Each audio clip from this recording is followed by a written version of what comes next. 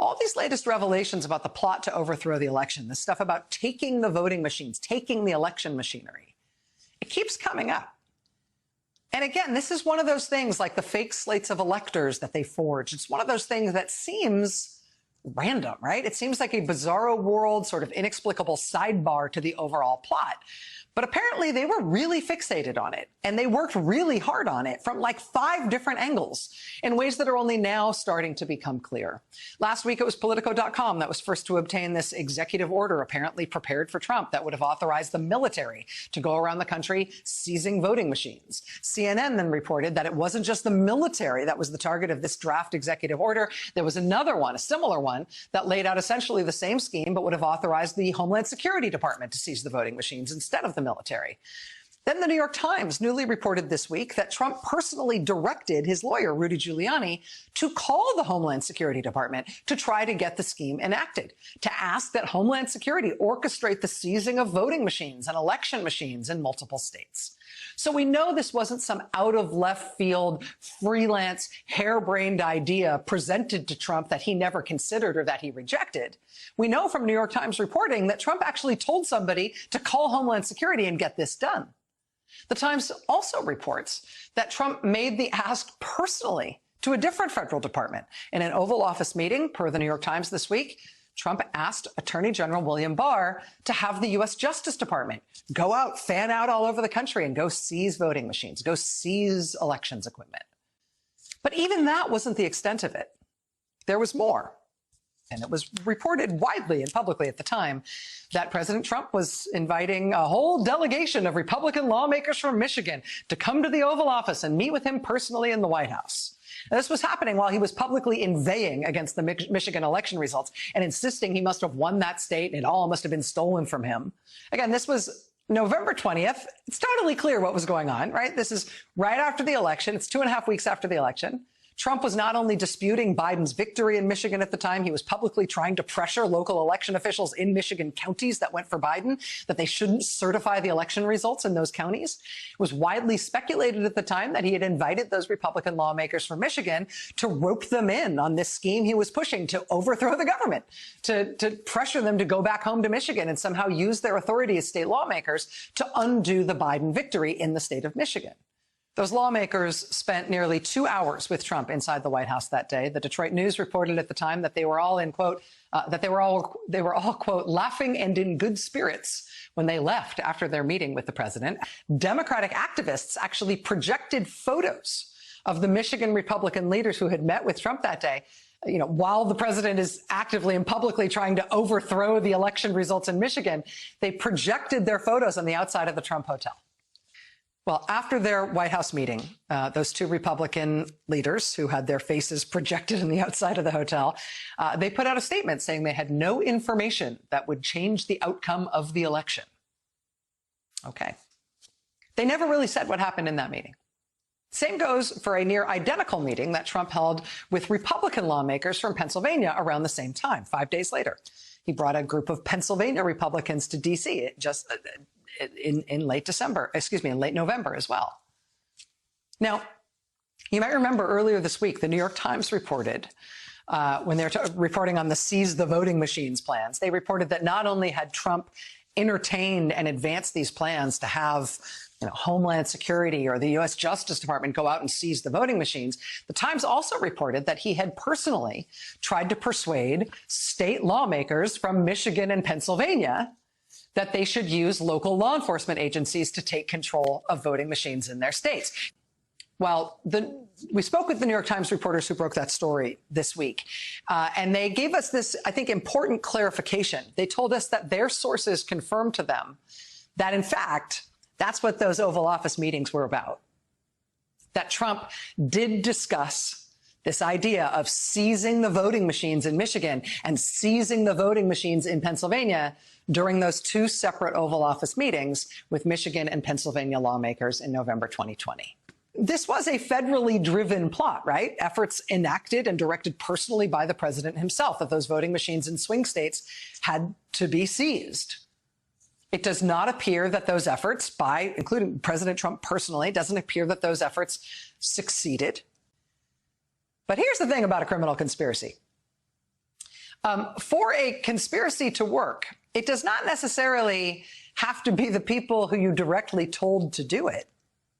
If you make it clear enough that you want it done, in this case, if you make it clear enough that you want those voting machines seized, you want them physically taken, if you make it clear enough, well, you know, hey, anybody can join in on your conspiracy. Take a look at this. This is a piece of this puzzle that is worth scrutiny. Thanks to an email obtained by a nonprofit news organization called Bridge Michigan, we know there was at least one person in local law enforcement in Michigan who tried to carry out, or who seems to have been trying to carry out, Trump's scheme that the voting machines needed to be seized.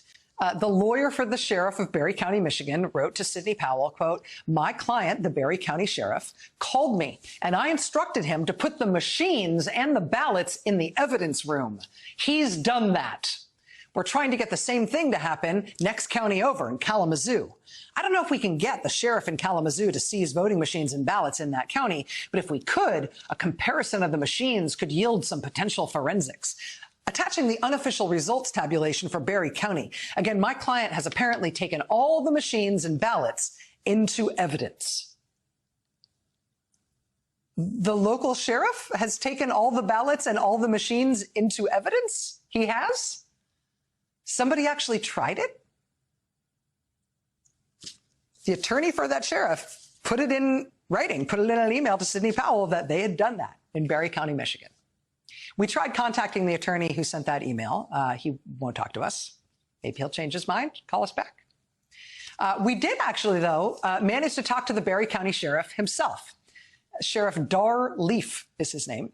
He told us he has no idea why his lawyer sent that email to Trump election conspiracy lawyer Sidney Powell. Sheriff Leaf denies that he ever seized any voting machines or that he put voting machines and ballots into the evidence room, like his lawyer says he did.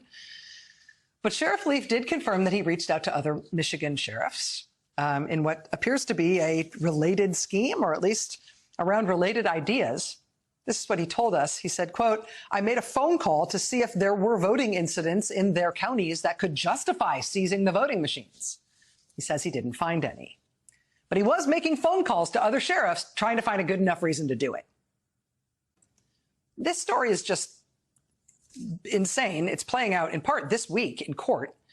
This is one's out of a place called Cross Village Township in Michigan, which is at the very, very tippy top of the mitten, if you think of the Lower Peninsula as the mitten. In January 2021, so right after the election, a woman from Cross Village Township phoned up a guy who ran a computer technician business. The woman said she was calling from something called the Election Integrity Commission, and she was working to collect voting data from voting machines all across the state of Michigan. She told him that she needed his help. According to her, there was one voting machine in the state that she was having trouble accessing, the one in Cross Village Township, which is where she's from. She said the machine was not connected to the internet, so she could not access the data. She needed him to physically go to the machine, make a copy of all the data on it, and then bring that data back to her before the machine was, quote, wiped clean in routine maintenance. According to the local press, following this woman's instructions, that computer technician and two other men actually tried to do it. They showed up in mid-January 2021 to the Township Community Center where the election machine was held. Two of the men were inexplicably wearing bulletproof vests. One of them was carrying a gun. The computer technician was brought to the room where the voting machine was being kept. He said it appeared as if the door to the room where the voting machine was kept had been tampered with. He then proceeded to remove the computer from inside the voting machine. He says he noticed that the screws on the computer had been stripped. It was then that he realized he did not have the right kind of connector to be able to download the data onto his thumb drive, so he was not able to make the copy of the machine that that woman who said she was from the Election Integrity Commission wanted. Here's the thing, though. There's no such thing as the Election Integrity Commission. This woman had no authority to send men in bulletproof vests with a gun to go manhandle that voting machine in Michigan like that. But this actually happened. We know all of this because this woman has now been arrested in connection with this incident on charges of common law fraud and aiding and abetting the unauthorized access of a computer. She was just in court this week as her case proceeds. She's told authorities that the reason she sent those armed men to go get the voting machine in her town is because she heard there was data on a satellite owned by the Vatican. And that would show that there was voter fraud in the 2020 election. So she needed that data on the voting machine to prove the Vatican plot. That Italy hacked the voting machines thing, that Vatican satellite thing, that is one of the weirder conspiracies pushed by the people in Donald Trump's orbit to justify overturning the results of this election.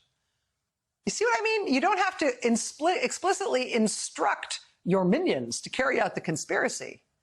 Talk about it enough, and people will just join in.